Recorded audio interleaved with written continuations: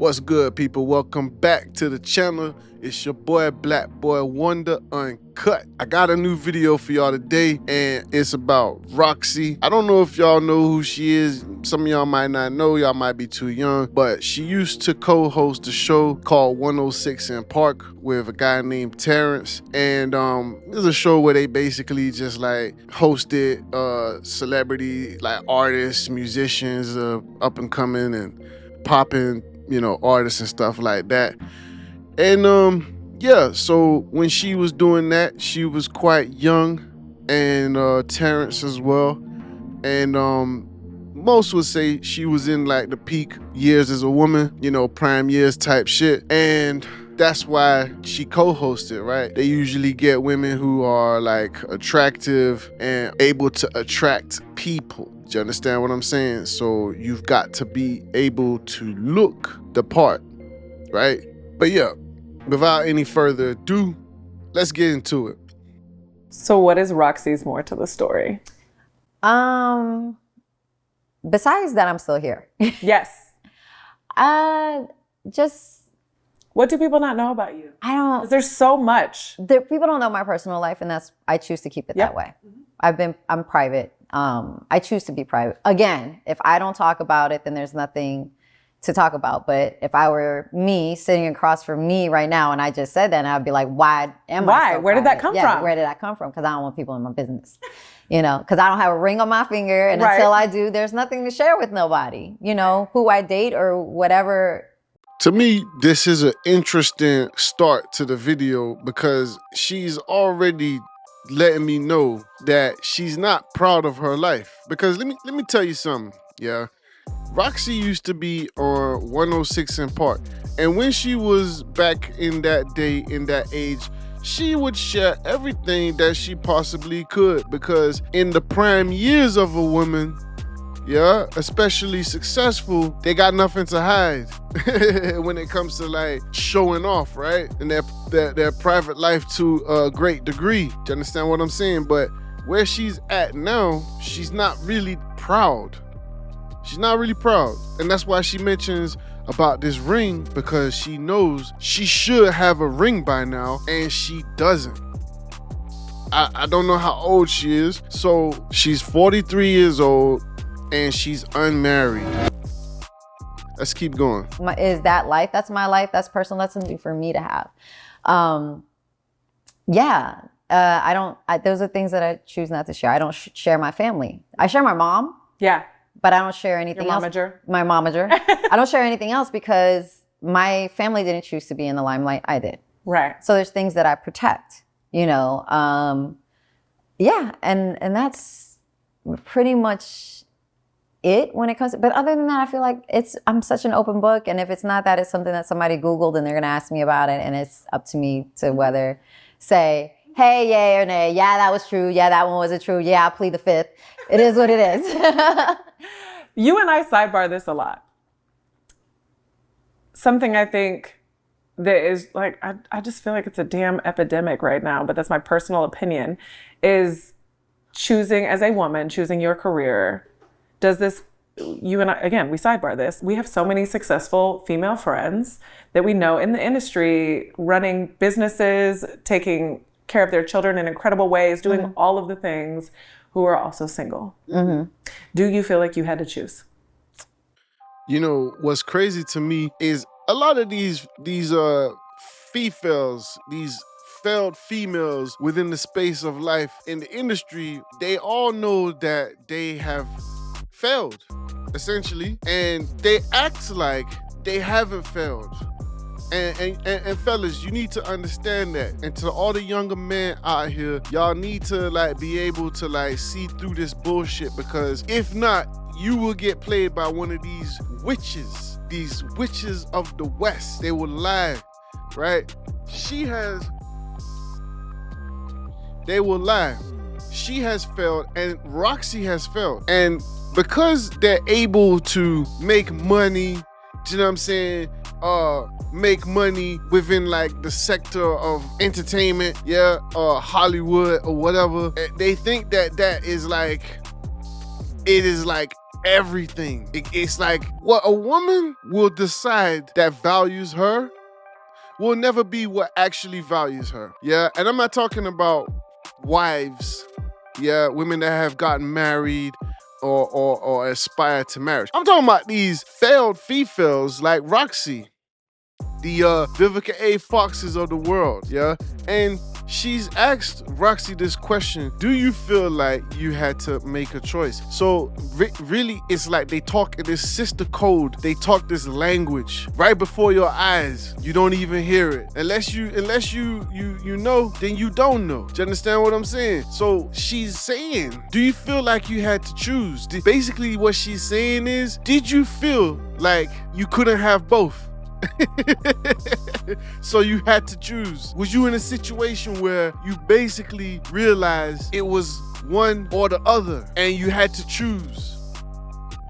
See, and this is the thing. There are a lot of women who are married and, you know, they live in poverty. And there are a lot of women that are married and live with their husband and they live average lives. And the majority of society are average people, right? Then you got some people who are wives and they've married a husband and they live wealthy, right? So wherever the circumstance, it comes down to the life choices that you have made. And being a woman who aspires to be a wife, you can get with a man and get to a wealthy place in your life. It just depends on how you choose to work together with the partner that you choose to be with. I think that many times, first of all, I'm always going to choose my career because I'm an independent single woman and that's what pays my bills. Mm-hmm. So therefore, I'm going to choose my career. Mm-hmm. What happens is I get in relationships where that person doesn't understand that I still have to be Roxy and I have to work because you're not paying my bills. Correct. You know? You're not. Or, right, you're not. Or, you know, that the attention or something or my drive is always still there because I don't have children or I have nothing else to depend on. I have to fall back on me at the end of the day.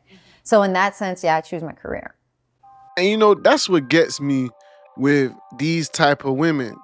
They, you know, they get on this independent woman to a lone cat lady pipeline, right? Because they get on this road where the road is a dead end and they know it's a dead end, but they choose to take that risk because that dead end is going to leave them in a position where they're actually better off than they once were financially. Okay, I need y'all to understand, financially, not everything, not, you know, being a wife and having kids and living a successful life. As a woman, success for a man and a woman are two different things, right? But they get into this situation where it's like they've got to actually continue to choose the money because they've built a lifestyle, they've built a world around them where they don't actually need to depend on a man. Do you understand what I'm saying? And that's, to me, is crazy because a man that can do, like someone like Elon Musk, right? He will depend on a woman because there's things that he will need from a woman that you can't get nowhere else. You can't get from the business you run. You can pay somebody, but you know what I'm saying? Can you trust that somebody? That's a whole different ballgame, right? So what I'm saying is there's things that men and women need to depend on from each other, yeah? But these independent types, what they've done is they've built their life in the circumstances where they actually don't need to depend on nobody except for their own career. Well, that's a cycle that gets into that pipeline of really a failed life. That's why they'll still be in their 50s, 60s, like that lady who interviewed, you know what, doesn't matter. Like a lot of these women who are in their 60s and 50s talking about how they can't find a man. You know what I'm saying? Never been married, single, no kids, still out here struggling. And this is how they get there because they have built a life around them where men don't want that and there's nowhere to go. I don't choose love or relationships really that they might suffer because of my career, because of the travel, because I'm always on the go, because I'm always hustling.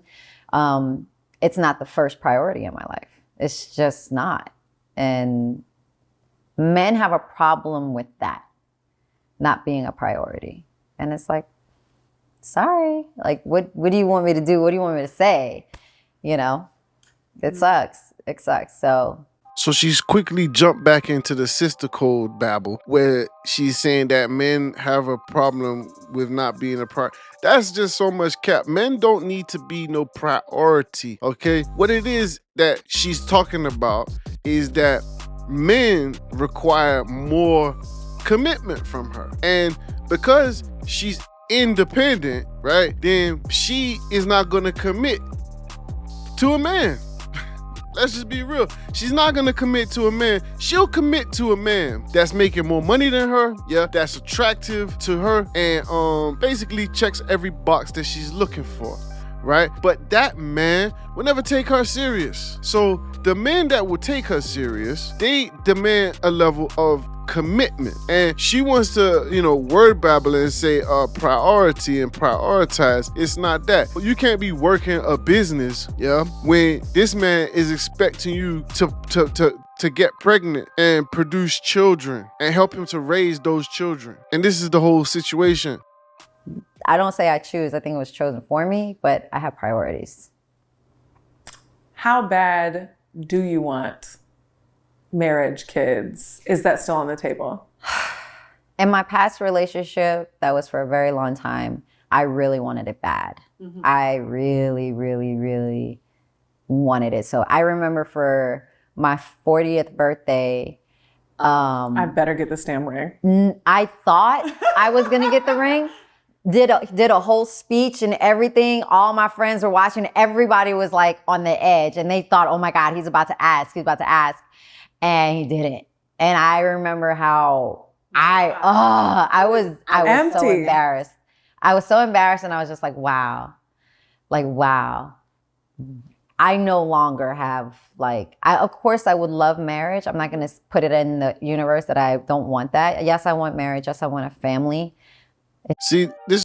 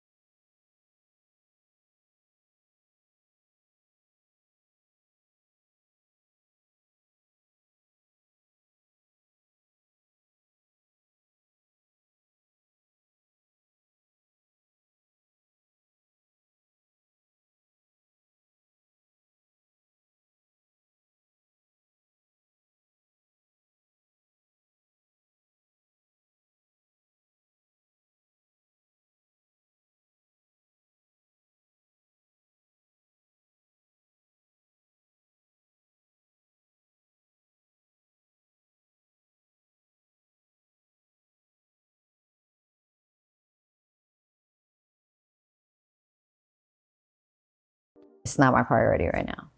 It was my priority for years, thinking I was going to get a ring from somebody that I didn't get a ring from, and waiting for that I don't even want my expectations to be let down again. So I'm not going to even think about it. Is that part of the reason why you're not in your previous relationship any longer? No. Okay. That's not the reason why. No. And he knows why we're not together. But you know what? Every relationship is for a reason. Yes. And I learned a lot. I learned a lot about how much I can love, how much I'm willing to love, how much I'm willing to put up with, how much I'm willing to forgive, and now how much I'm willing to choose me now. So if anything, relationships previous to anything now, that's what I've learned. You see what I'm saying? It's just more this psycho babble crap. I choose me. I'm choosing me. I know how much I need to love me now. I know me. And this is what I'm saying. You can't submit to something if it's all about you. Let's just keep going. I remember I was on the same high horse, and one of the things my coach said to me that just kind of laid me out was, you can continue to choose your career first. It is also the easiest thing you can do, because for safety purposes, you put into the thing that puts back. Yeah. See what I'm saying? Like, I don't know who this woman is, and but she more realer than a lot of these females out here. I don't know nothing about her, but in this interview right here, she kind of like coming from a more like place of accountability, right? Because what she said was, it's easier to take this independent route to get this money, you know what I'm saying, to get the bag and all of this and all that bullshit. Yeah, and it's true. This is what I'm saying. Like, to be in submission to your husband and your wife as a man, to be in submission, you know, to your wife and your children, you know, is like a reverse submission when you submit.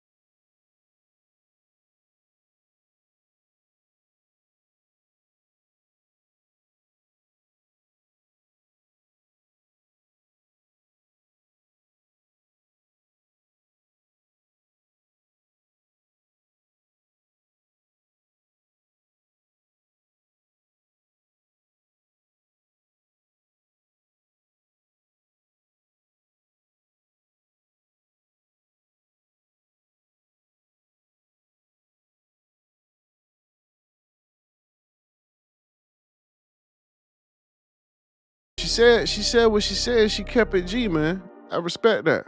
I can hear that, but I can't agree with that because I put so much into my last relationship. I mean, when I love hard, and I give it all. That would be my flaw. I give you wifey before all the things. Yeah, when you're still considering, yeah. You know, so watch me. I can be a good girl. Watch this. All of that. And not even that. It's just who I am. I'm a very giving, mothering person. I get that from my mom. Yep. You know, I'm very nurturing. I care deeply, you know. So I won't agree with that because there were times my career has sacrificed because of a relationship and because I was so in love and I was saying no to gigs or no to trips or no to hanging with friends because I was so in love and I was, you know, with that person. And now I'm not doing that shit no more. People and experiences certainly do change our standards. 1,000, but that's growing. That's learning. That's life. Yeah. That's life. Yeah, that was quite interesting. She said at the end, I had to play that back a few times for me to catch, like to hear what she said, because she said it like kind of underhandedly. But she was like, people and experiences certainly do change our standards, right? You know, it's funny because she came I'm talking about the interviewer. She came with like an undertone of like accountability. It felt like she was trying to get Rocsi to see things from within a certain light or perspective. And you know, it's true. Like the experiences that we have in life does change our standards, right? To a degree. Because I think standards are very close knit with your character. And you know, a lot of people will say, "Oh, people change," you know, so standards change and all that. But I don't believe that people change. Personally, I believe that who you are is who you will always be. Unfortunately, yep, that's what I do believe. And you know, there's a lot of things I could use to explain that when it comes to not changing, but it's a biblical kind of concept to go into. So I'm not gonna go into all that. But I personally don't believe people change. I think that if you a lying, stealing son of a bitch, you gonna be that lying, stealing son of a bitch to the day you drop dead. Hey, I'm just a messenger. I'm just keeping it 100. That's how I feel. You know what I'm saying? But I do believe people do grow, and I think that growth can appear as change, but it's not actually necessarily change. It's that once you know better, you do better. Right? Once you know better, you do better. Some people, they know better and don't do better because guess what, ladies and gentlemen? That's who that person is. And when a person shows you who they are, you ought to take them at the first time they show you who they are. You know, stop trying to change people. The only person you can change in life is yourself. And you can't even change yourself. All you can do is grow. Learn to grow. And a lot of people don't like to learn. And that's a character flaw. Do you understand what I'm saying? What my whole point is that she don't have that character, man. Rocsi don't have that character. A lot of these females, they don't have that character. Because the experiences that they had growing up was probably, you know, from poverty. They watched their mom submit to their father. If they was fortunate enough to have both parents, and they witnessed the struggle. You understand what I'm saying? They witnessed the struggle and they think that, oh, well, you know, moms and pops, they just struggled. And you know, if he cheated on her, then that just tanks the way they see marriage and all of this and all that foolishness. But at the end of the day, you don't know why your parents chose to be together. Do you understand? And the things that they did together is their business. You will never be able to understand that. So you got these marriages where, you know, maybe they weren't so well off, but they stayed together and they sacrificed not getting divorced, yeah, not tearing up the home to keep the unit one so that the children can do better. That is obedience. That is probably the greatest obedience and sacrifice a parent can make. But this is the problem. You got these children that come from those type of homes that will be able to do better in life, and they don't even understand why that is. They think they just better. They don't realize that mom and pops had to get it from the mud so that you could get it out the mud. And I don't know I don't know what household Rocsi grew up in. I don't have a clue. But whatever situation she grew up in, it obviously hasn't taught her anything because she's 43 years old out here with no man to protect her and no children to love. And you a whole woman. That's crazy. So anyway, guys, let me know what y'all think about this video. Click the like and don't forget to subscribe, man. Until next time.